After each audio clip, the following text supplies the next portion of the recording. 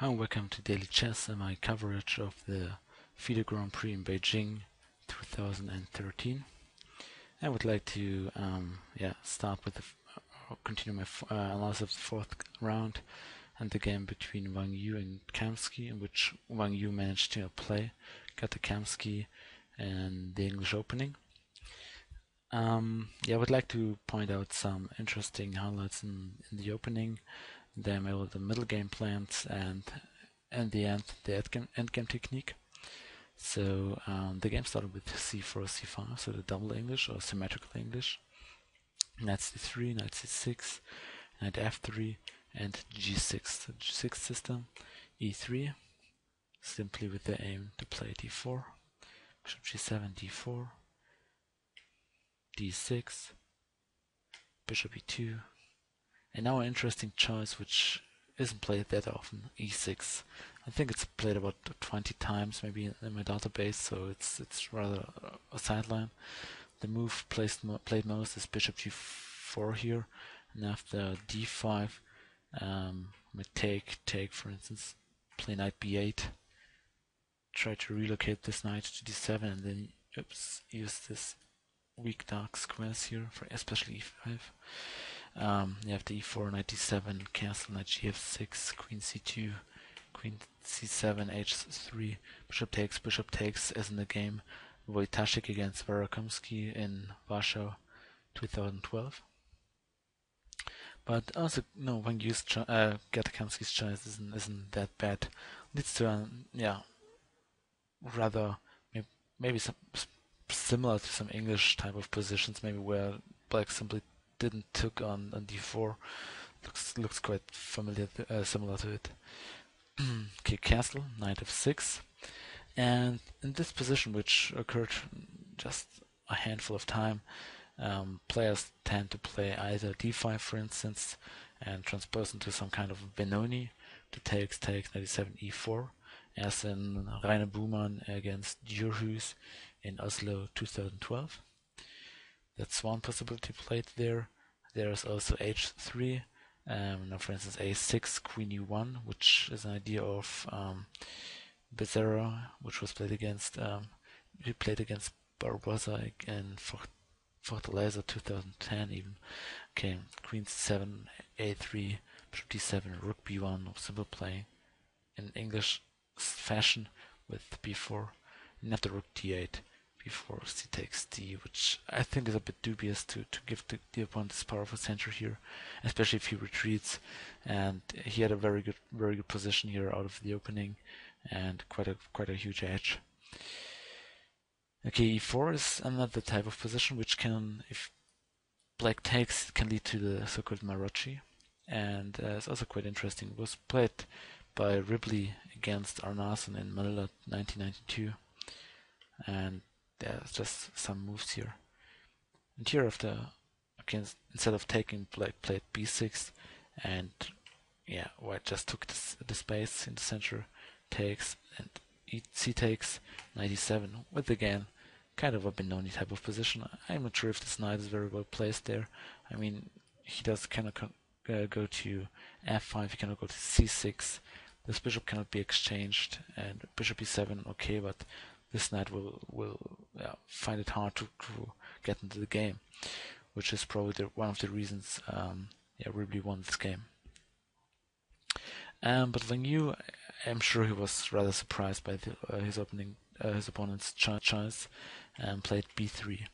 It's a novelty and a new idea in this position, which just plans to play the bishop to b2 and put it on this long diagonal, because right now this bishop is shut in here. I mean, this pawn on e3 is limiting its scope, and this d4 pawn as well, but the d4 pawn can anytime exchange itself against the c5 pawn, opening up the line, or maybe even gaining space with d5 opening up the diagonal. So it's an interesting way to solve this problem here with this bishop. And to get the game continued, shut castle, bishop e2 according to plan, and b6, queen d2, connecting the rooks, bishop e7, and now d5. Probably instead of queen d2, d5 was also possible, but it's always better to have this bishop here protected, so queen d2 is quite a good move. Bishop b7 and d5.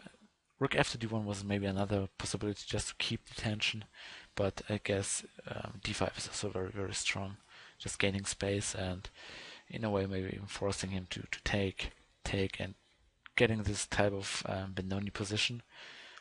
With the knight b4 e4. Now with the pawn chain here d4 e4 and the pawns on d6 c5 and so on. Well, white usually tries to break through with e5, maybe even with a later f4, and black tries to play on the king side and queen side with a6 b5, trying to generate some counterplay. But I would say it's a very good version for white, because this knight is truly misplaced there. I mean, in order to support any of black plans, he has to go to let's go one forward. He has to go to a6 c7, and only then can support the b5 push. Whereas, okay, this b5 and b4 c4 idea is certainly less effective with the pawn being on b3 and the bishop on b2, because this bishop here doesn't have the poison, the venom it usually has. And I would say it's a pretty good version for white. Okay, rook e8 attacking e4, but white has an important Zwischenzug or intermediate move, a3, attacking the knight. So taking with the knight here is just a mistake, because we take first.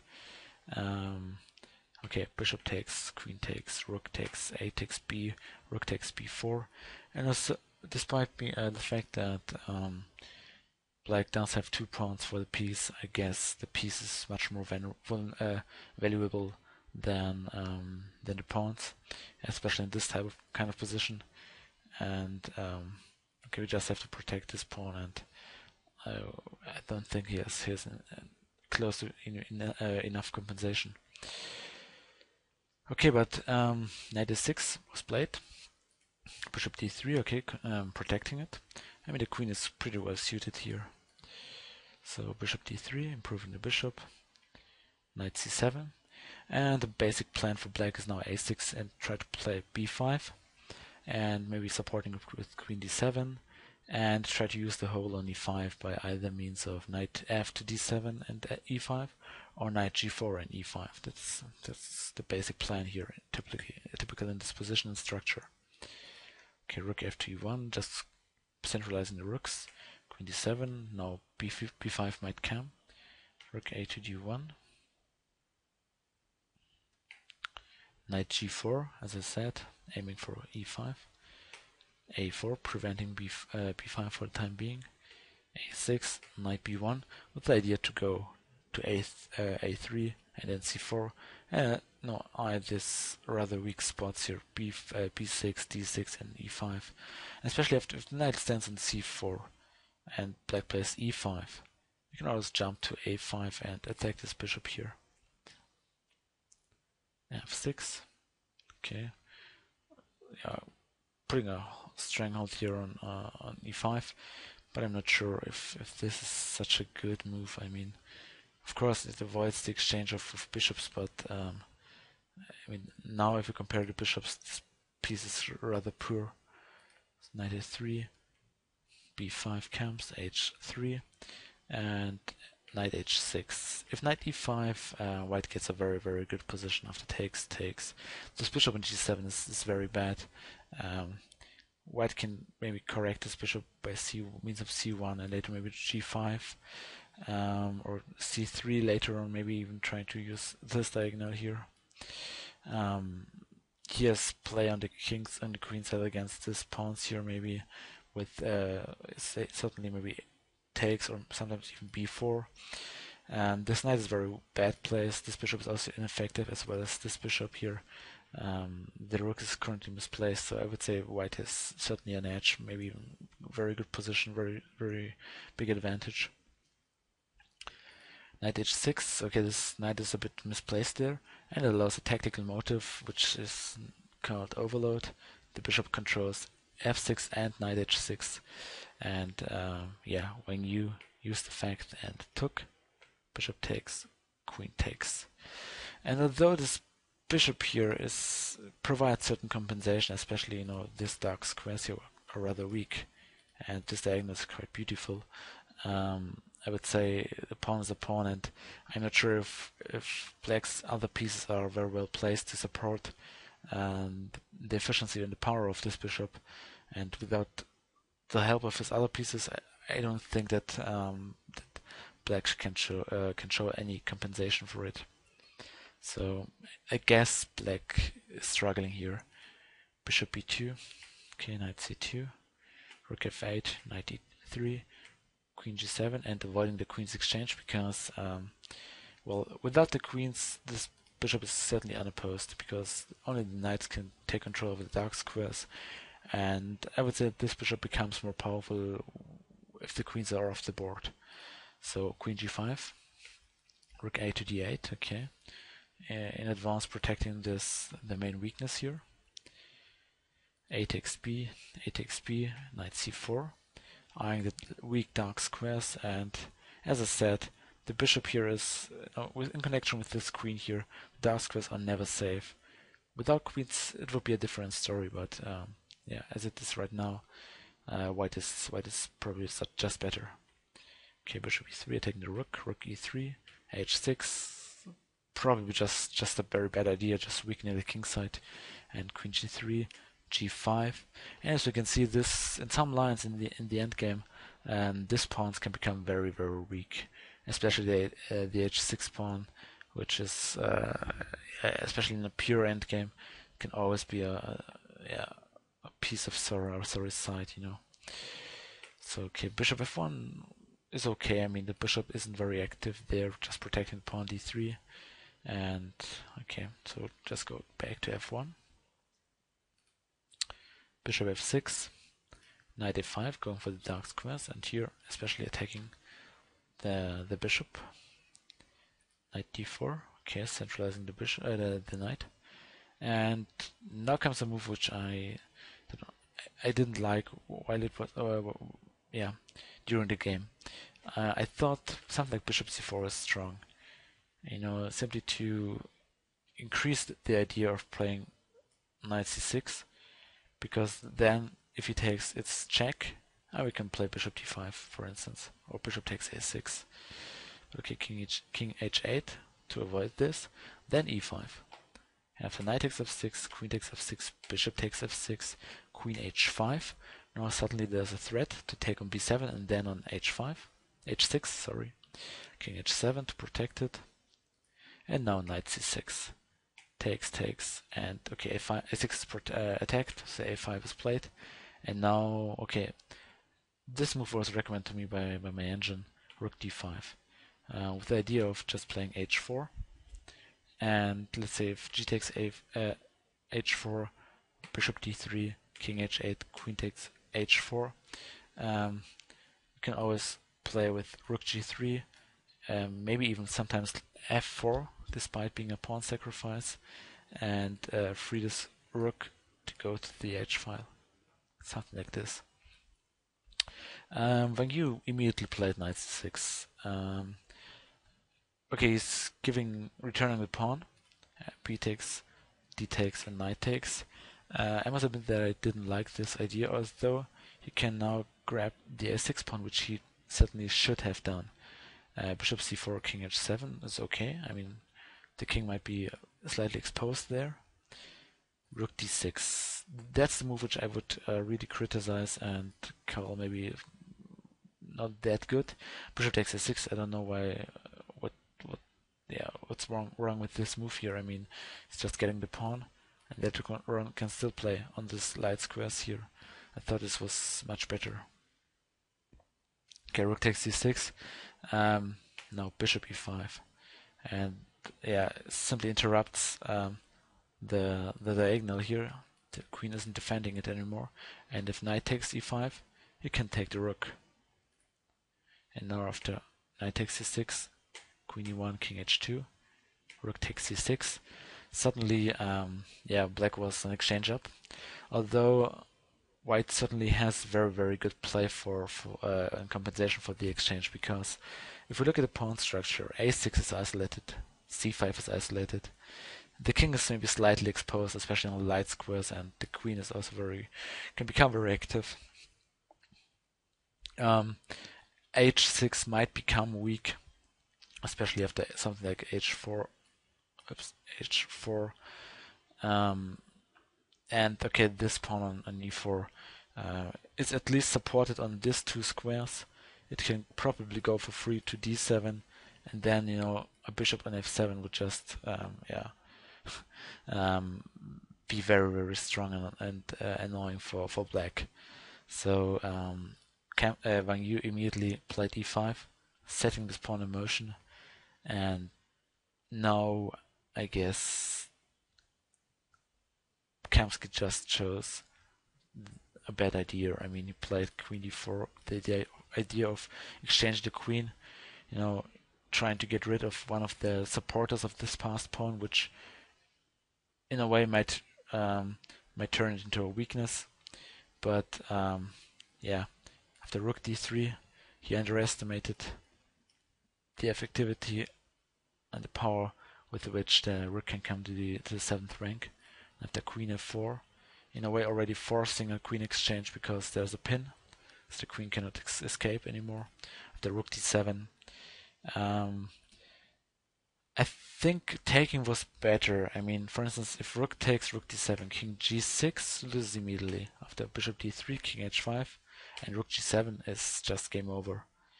Okay, Rook D7 is probably might just transpose. After King H8, E6, Queen takes, King takes, Rook E8. Okay, I mean, Black cannot make any progress as long as this pawn exists, so the only real idea he has is to exchange it off, to give back the exchange and try to play it out in a pure Rook endgame. King G4, Rook takes, and King H5, which I don't like at all. I mean, not only because the engine does tell me that this is bad.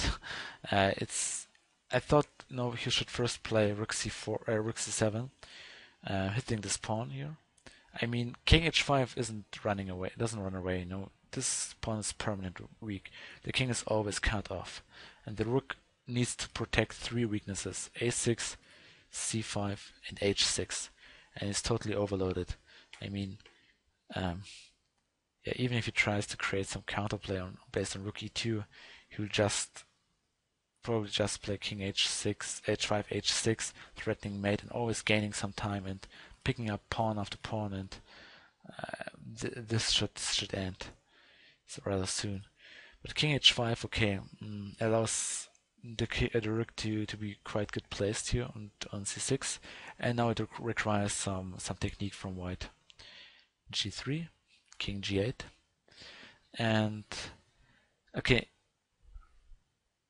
in my opinion, he didn't took. I don't know if both players were in time trouble. I mean, if you look at the position, the king, okay, has only some squares to go. He's cut off the 7th rank. The rook has to protect everything. He cannot move. Cannot go to C8 because H6 hangs. He cannot go, I don't know, anywhere else because then Rook C7 comes, attacks this one. For instance, if he, yeah, okay, right now he cannot even do this. For instance, I don't know, if the rook moves, he just plays this, and if he takes the pawn, just King H6, threatening mate. If he goes back, just pick out the pawn, and those 3 passers are much more stronger than 2 weaknesses here. Especially he cannot protect it very, very well. I mean, yeah, it's just over. King G8 and then, okay, Rook E7. Certainly playing, I don't know, probably just intending King F8 and Rook H7. But I thought, what about Rook B7? I mean, once again, the problem of Zugzwang.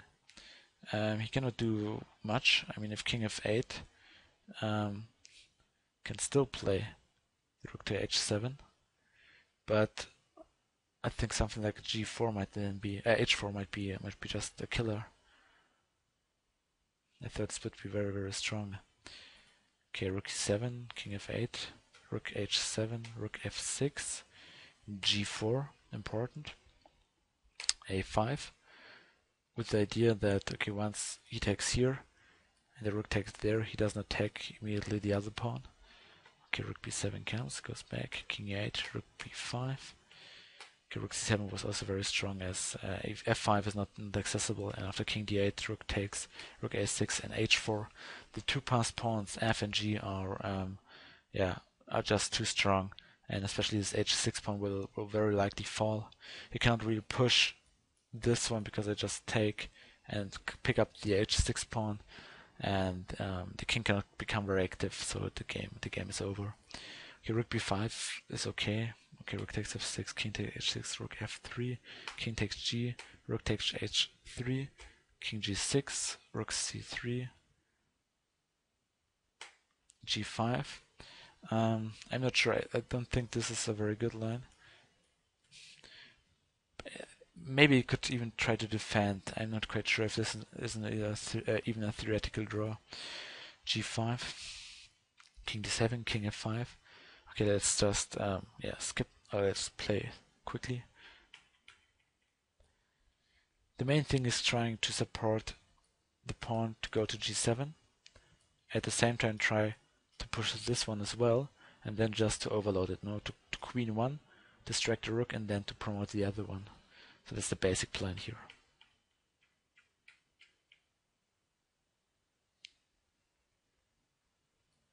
Okay, he cannot pick it up because this comes. And if check, just goes back, check, and now he finds a safe shelter behind the king. An interesting idea might have been this one, with the intention of queen, check, yeah, goes somewhere probably here, check, goes back, take, not there, and take on g8. Might have been interesting, but I'm not quite sure. Maybe, yeah, I'm not sure if black can hold this one. Okay, but well, instead of promoting immediately, he can first give a check, forcing the king away, and then promote, with the idea that if rook f1, he could now go probably to e3 without being on the same file as the queen, and this wins easily. But okay, rook f3, king e6, rook g3, king f5, rook f3. I think this is called Everleiter or something like this technique. Just pushing the rook back, rook f1, a6, rook a1, king f3, rook a3, king e2. Just improving the king, in the sense that this pawn cannot really be pushed, and now the rook doesn't need to stay there. You can try to support both pawns, as the king can always stop this one.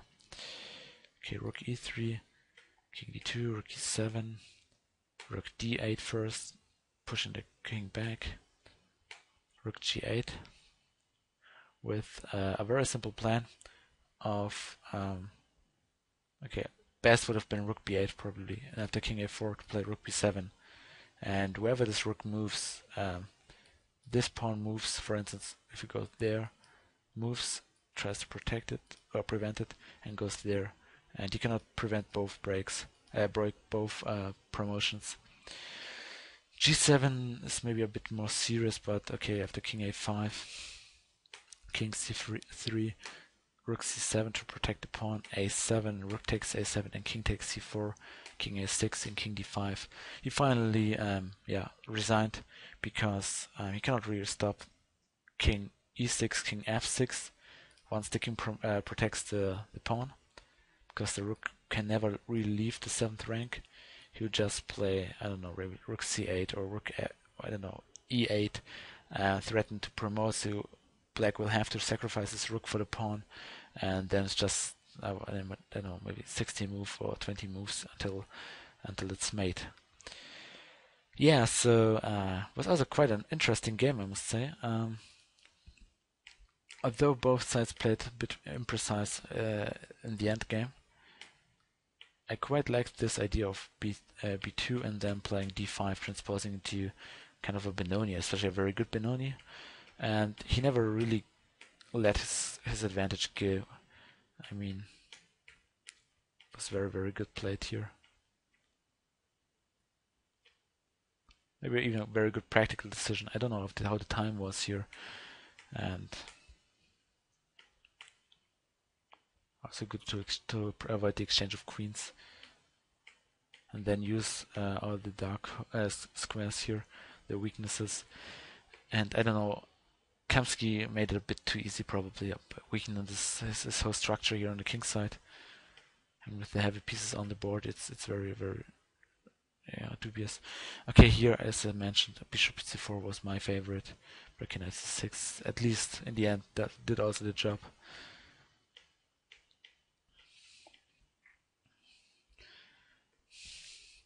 I guess it was a blunder. It's an oversight because, okay, it was probably still better, but the most of his advantage was probably gone. But, okay.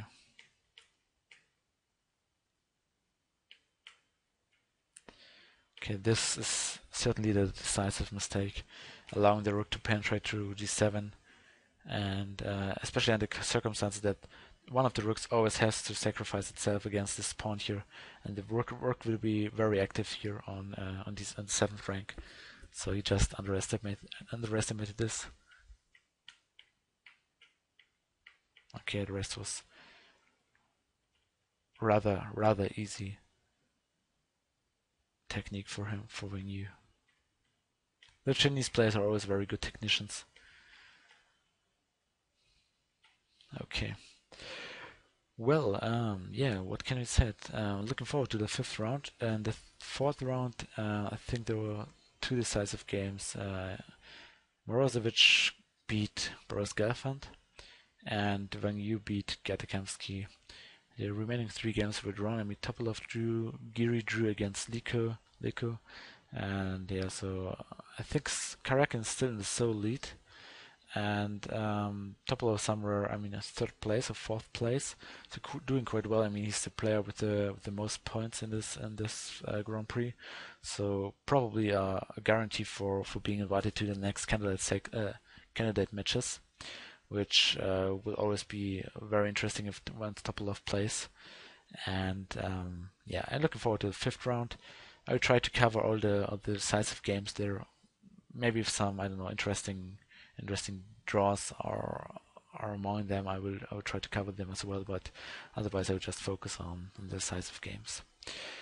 Well, it would be great if you just subscribe to my channel here on YouTube, DailyChessTV, and leave a comment there. Maybe rate my videos, rate my clips, make suggestions, improvements, whatever. And yeah, tune in tomorrow for the next round. Thank you for watching. Bye.